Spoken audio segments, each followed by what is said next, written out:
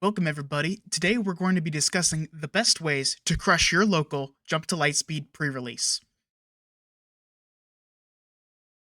Let's jump into the rules. If this is your first pre-release, you may be confused on how the format is done. Each person will be given a pre-release kit that will include 6 packs and 2 leader promos. In this set, those are Boba Fett and Han Solo. Everything that is included in this kit will be yours to play with, including these leaders.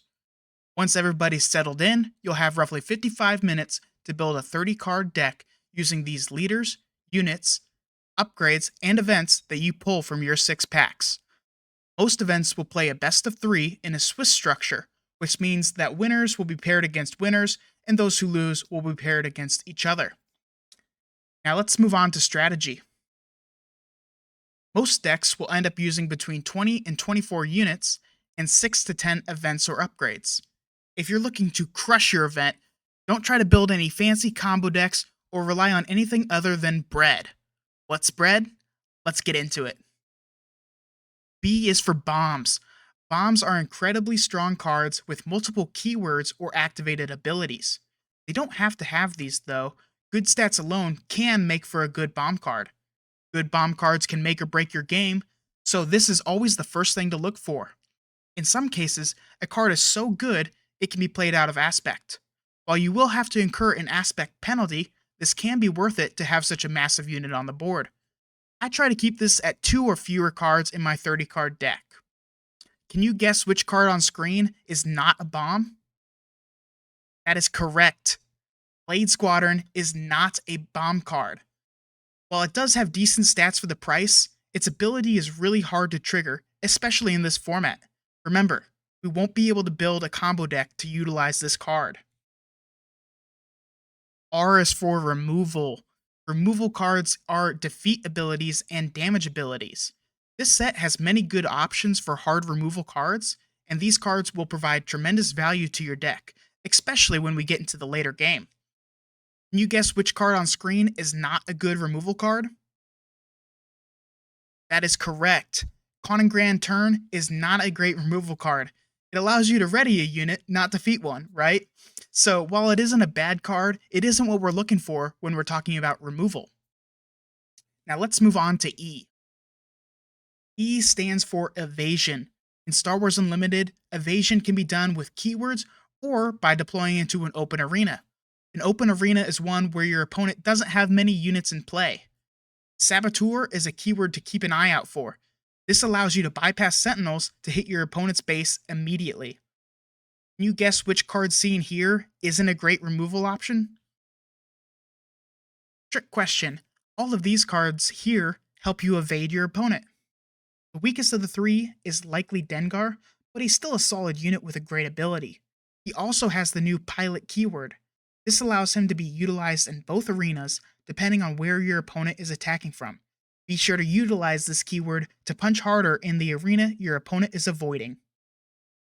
Now let's take a look at the A in bread. A stands for aggro.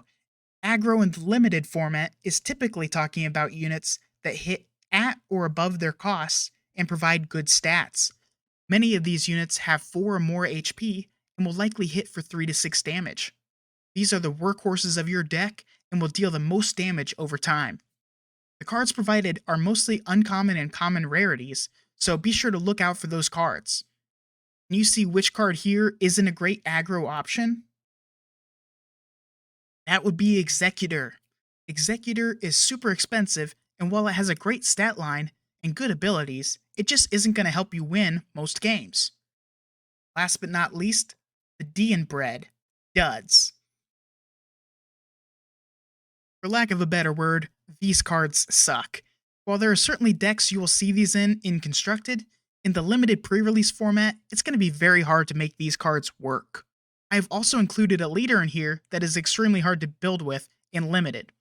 Remember, anything that requires a little too much setup or combo power will be much harder to build with when compared to just playing good stat units. Can you guess which card here is not a dud?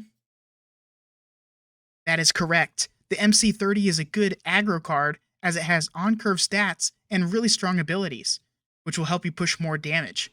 He's also a pretty versatile card, so I expect this guy to see a lot of play. This is exactly the kind of card you want to see in this format. Now that we know the rules, the basic strategy, and what to look for, let's talk about why you should even go to these events. Free releases are fun. You get to hang out at your favorite local gaming store and play some of the new Star Wars Unlimited Jump to Lightspeed. Not only is it a ton of fun, but it's great value. These stores offer prizing the more you win, and since you're watching this video, you're going to walk away with a ton of great prizes. My personal favorite reason to go is to test yourself. These events are pretty low stake games, but can be challenging to take only 6 packs and to make a good deck out of it. It's a great way to think about the game in a brand new way, especially since there's so many new cards that we have yet to try. Anyway, guys, I hope you enjoyed this video. If you did, give me a thumbs up, and if you haven't already, subscribe down below. Ciao.